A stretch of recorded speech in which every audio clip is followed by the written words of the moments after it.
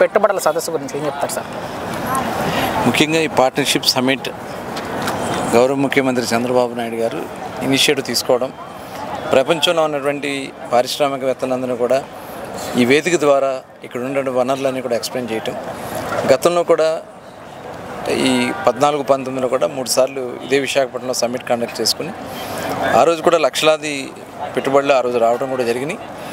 కొన్ని గ్రౌండ్ అయినాయి.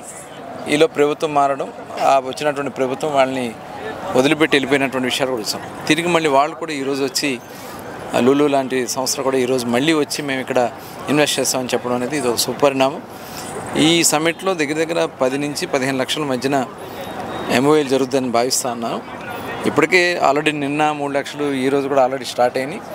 ఇది ఆంధ్రప్రదేశ్ రాష్ట్రంలో ఉన్నటువంటి ముఖ చిత్రాన్ని మార్చడానికి ఉపయోగపడుతుంది. సో త్వరలో గూగుల్ కూడా రాబోతుంది సార్ వైజాగ్కి. అదే ఇప్పుడు దానికోసమే మనం పాలసీస్ తీసుకున్నారు.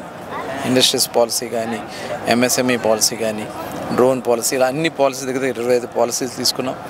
రిఫార్మ్స్ చేస్తున్నాం. ఎప్పటికప్పుడు చట్టాల్లో ఉన్నటువంటి ఎక్కడైనా ఇబ్బందులు ఉంటే అవన్నీ కూడా రిఫార్మ్స్ చేసి దాన్ని సరిదిద్దుతూ ఉన్నాం. ఇవన్నీ కూడా పెట్టుబడిదారులకి ఒక ఆకర్షణగా నిలబడుతుంది. ఆంధ్రప్రదేశ్ రాష్ట్రం వస్తే మాకు సేఫ్టీ ఉంటుంది, మా పెట్టుబడికి సేఫ్టీ ఉంటుంది, గ్రోత్ ఉంటుందనే ఒక నమ్మకంతో వాళ్ళు ఇక్కడ రావడానికి ముందుకు వస్తూ ఉన్నారు. ఆ నిర్ణయాలను కూడా తీసుకున్నాం. దానివల్లే ఇవాళ స్పీడ్ ఆఫ్ డూయింగ్ బిజినెస్ కూడా, ఎందుకంటే వచ్చిన వాళ్ళకి ఇమీడియట్గా వాళ్ళకి పర్మిషన్స్ కానీ అన్నీ కూడా ఫాస్ట్గా చేస్తున్నాం. దానివల్లే ఈరోజు గూగుల్ లాంటి సంస్థలు వచ్చిన, టీసీఎస్ లాంటి సంస్థలు వచ్చిన, ఇవాళ ఆర్సెల్ఆర్ మెటల్ కానీ ఇలాంటి సంస్థలన్నీ కూడా చాలా ఫాస్ట్గా 1 మంత్లోనే వాళ్ళకి పర్మిషన్స్ రావడం. దానివల్ల వాళ్ళందరూ కూడా ఎవరి చుట్టూ తిరగకుండా వన్ టైం వాళ్ళకి అన్నీ కూడా పర్మిషన్స్ రావడంతో వాళ్ళందరూ కూడా ఇంకా ముందుకు వస్తూ ఉన్నారు డెఫినెట్గా. అలాగే ఈ జోన్స్ కూడా ఇవాళ మనకి దేశంలో 4 స్పెషల్ ఎకనామిక్ జోన్స్ని గవర్నమెంట్ ఆఫ్ ఇండియా అనౌన్స్ చేసింది. దాంట్లో మన విశాఖపట్నం కూడా ఉండడం అనేది చాలా అదృష్టం. దానికోసం ఈ 9 జిల్లాలని ఓ జోన్ కింద డెవలప్ చేస్తూ ఉన్నారు. ముఖ్యంగా ఉత్తరాంధ్రలో ఉన్నటువంటి బ్యాక్వర్డ్నెస్, శ్రీకాకుళం, విజయనగరం, అలాగే కొన్ని ఏజెన్సీ ఏరియాలు కూడా దీనివల్ల లబ్ధి పొందుతాయని భావిస్తాం. అయితే గూగుల్ డేటా సెంటర్ వల్ల ఎలాంటి ఉపయోగం లేదు, అది కేవలం గొడవను మాత్రమే అని చెప్పి గత పాలకులు విమర్శ చేస్తున్నారు సార్. ఏం చేస్తారు దాని గురించి? ఇది సహజమే. వాళ్ళు ఇప్పుడు కూడా జరుగుతున్నటువంటి కార్యక్రమం గురించి గతంలో కూడా గౌరవ ముఖ్యమంత్రి చంద్రబాబు నాయుడు గారు మైక్రోసాఫ్ట్ సంస్థని భారతదేశానికిలో హైదరాబాద్కి తీసుకొచ్చినప్పుడు కూడా కంప్యూటర్ గురించి మాట్లాడారు. అలాంటిది ఇవాళ హైదరాబాద్ని ఏ రకంగా 20 సంవత్సరాల్లో మార్పు చెంది మన వాళ్ళు వెళ్ళి దేశ విదేశాల్లో ఏ రకంగా సెటిల్ అయ్యారనే దానికి ఆ రోజు తొలి మెట్టు మైక్రోసాఫ్ట్. అలాగే ఆంధ్ర రాష్ట్రంలో తిరిగి మళ్ళీ ఈ గూగుల్ ద్వారా అంతకు మించి రెట్టింపు అతి ఫాస్ట్గా అభివృద్ధి చెందడానికి అవకాశం ఉంది. ఈ ప్రతిపక్షాలు ఈ రకంగా మాట్లాడడం అనేది నిజంగా దురదృష్టకరం. ఎందుకంటే అమెరికా తర్వాత అతిపెద్ద క్యాంపస్ని వాళ్ళు ఇక్కడే ఏర్పాటు చేస్తూ ఉన్నారు. అన్ని రాష్ట్రాలు కూడా ఇవాళ మన ఆంధ్ర రాష్ట్రం వైపు చూసి అసూయపడుతూ ఉన్నారు. ప్రధానమంత్రి నరేంద్ర మోడీ గారి సపోర్ట్తో ఇవన్నీ కూడా మనం సాధించుకున్నాం. డెఫినెట్గా అత్యంత వేగవంతంగా ఆంధ్ర రాష్ట్రం ముందుకెళ్ళబోతుంది. ప్రస్తుత ఐటీ మినిస్టర్ నారా లోకేష్ గారి గురించి సార్.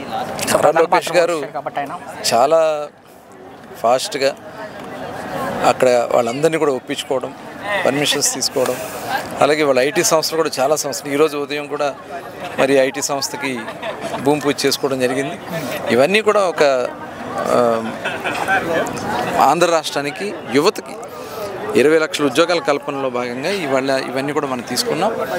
లోకేష్ గారు తీసుకున్నటువంటి ఇనిషియేటివ్ని మనస్ఫూర్తిగా అభినందిస్తున్నాం. ఇవాళ మొత్తం భారతదేశంలో ఉన్నటువంటి అన్ని రాష్ట్రాలు మన వైపు చూస్తున్నాయంటే ఓన్లీ 1% చంద్రబాబు నాయుడు గారు, తర్వాత లోకేష్ గారు. సో చివరి లాస్ట్ ఇబ్బంది పెట్టాను. సో 70 ఏళ్ల వయసులో కూడా నవ్వేకుండా కష్టపడుతున్నా చంద్రబాబు గారి గురించి ఏం చెప్తారు, ముఖ్యమంత్రి గారి గురించి? ఇంకా వేరే చెప్పాల్సిన అవసరం లేదు.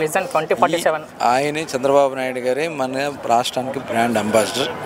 ఇవాళ ఇన్ని కోట్ల రూపాయలు, ఇన్ని లక్షల కోట్ల రూపాయలు పెట్టుబడులు వస్తున్నాయంటే దానికి కారణం చంద్రబాబు నాయుడు గారు.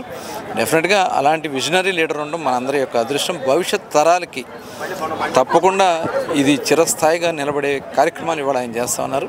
డెఫినెట్గా బాబు గారి పేరు శాశ్వతంగా ఆంధ్రప్రదేశ్ రాష్ట్ర చరిత్రలో స్వర్ణాక్షరాలతో లెక్కించబడుతుంది. Thank you sir.